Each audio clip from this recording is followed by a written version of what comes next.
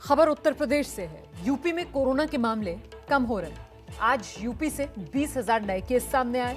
Corona से जंग में योगी सरकार इसे अपनी कामयाबी मान रही है, लेकिन हालात ये हैं कि अंदर ही अंदर बीजेपी के ही कई विधायक हैं, कई सांसद हैं जो नाराज हैं।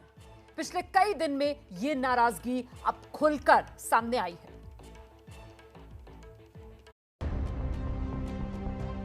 मुट्ठी बंद थी तो सब ठीक था, लेकिन अब तो घर के अंदर की बात बाहर आ रही है, और वो भी ऐसे वक्त में जब यूपी में योगी की सरकार पहले ही कोरोना से निपटने और वैक्सीनेशन बढ़ाने की चुनौती से जूझ रही है।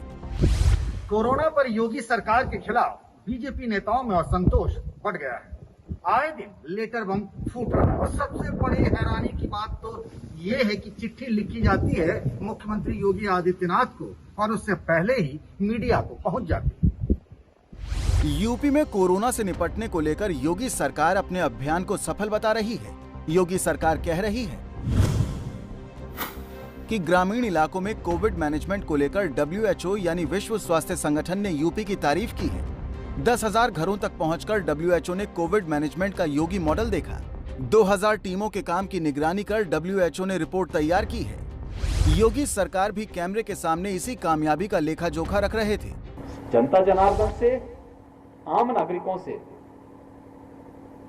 कि केंद्र और प्रदेश सरकार हर संभव प्रयास कर रही है। ये महामारी है, हम इसे हल्केपन से न लें।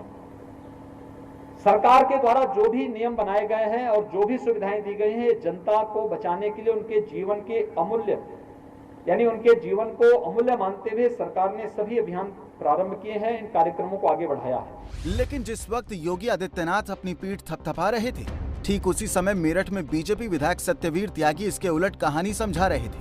कई बार फोन किया, 50 बार फोन किया, उसने फोन अटेंड नहीं किया। आनंद हॉस्पिटल की भी यही स्थिति है, और ये जो इसका सामने है अन्य सुभारती की तो हालत खराब है ही है। न्यूट्रीमाब में भी कोई फोन नहीं उठाता। कोरोना पॉजिटिव से नेगेटिव होने पर योगी आदित्यनाथ पिछले दिनों यूपी के दौरे पर निकले, ताकि ये देखा जाए कि राज्य में हालात कैसे हैं। 8 मई को वो बरेली पहुंचे। कई सांसदों और विधायकों के साथ मीटिंग थी, लेकिन मीटिंग में कई सांसदों और विधायकों ने सरकार के इंतजाम की हवा निकाल दी। शुरुआत मोदी सरकार में मंत्री और बरेली के सांसद संतोष गंगवार ने की। उन्होंने ऑक्सीजन की कमी से लेकर अस्पतालों में बेड की किल्लत की कहानी समझाई। फिर तो मीटिंग में कई लोग बोल पड़े, वो भी सीएम के सामने ही। कुछ अस्पताल बहुत अच्छे हैं, उसमें कुछ अस्पताल बहुत खराब है। 1-1 लाख 50-50 हजार रुपये पर डे के ले रहे हैं। ये कहाँ तक है? 8,000 रुपये है, 8-10 हजार रुपये आप ले सकते हो एक दिन के आदमी के, और गरीब आदमी तो मुख्यमंत्री इनका फ्री इलाज कीजिए। यूपी में कोरोना से बीजेपी के 4 विधायकों की जान जा चुकी है। बरेली के विधायक केसर सिंह को अपने लिए अस्पताल का जुगाड़ करने में पसीने छूट गए। कई और विधायकों का भी यही दुख दर्द है। अपने घर वालों के लिए अस्पताल में एडमिशन के लिए ना जाने किस किस को फोन करना पड़ा, और इसीलिए अंदर ही अंदर गुस्सा है। अगर आपको याद हो तो सबसे पहले विवाद शुरू हुआ था यूपी के कानून मंत्री ब्रजेश पाठक की चिट्ठी से। उन दिनों लखनऊ में कोरोना की दूसरी लहर के कारण हाहाकार मचा हुआ था। पाठक ने अपनी चिट्ठी में अफसरों पर लापरवाही का आरोप लगाया था। उनकी चिट्ठी के बाद तो जैसे चिट्ठियों का सिलसिला ही चल पड़ा। मेरठ से बीजेपी सांसद राजेंद्र अग्रवाल भी सरकार के कामकाज से दुखी हैं। माननीय मुख्यमंत्री जी युद्ध स्तर पर सारे प्रयास कर रहे हैं, परंतु संक्रमण की गति इतनी तेज है कि जितने प्रयास किए जाते हैं वो छोटे पड़ने लगते हैं। मुझे ध्यान है कि पिछले जो कोरोना का संक्रमण था, उसमें कई महीने के पश्चात मेरठ में मैक्सिमम 240 की संख्या पहुंची थी संक्रमण की। आज ये संख्या रोज 1200 या उसके पार है।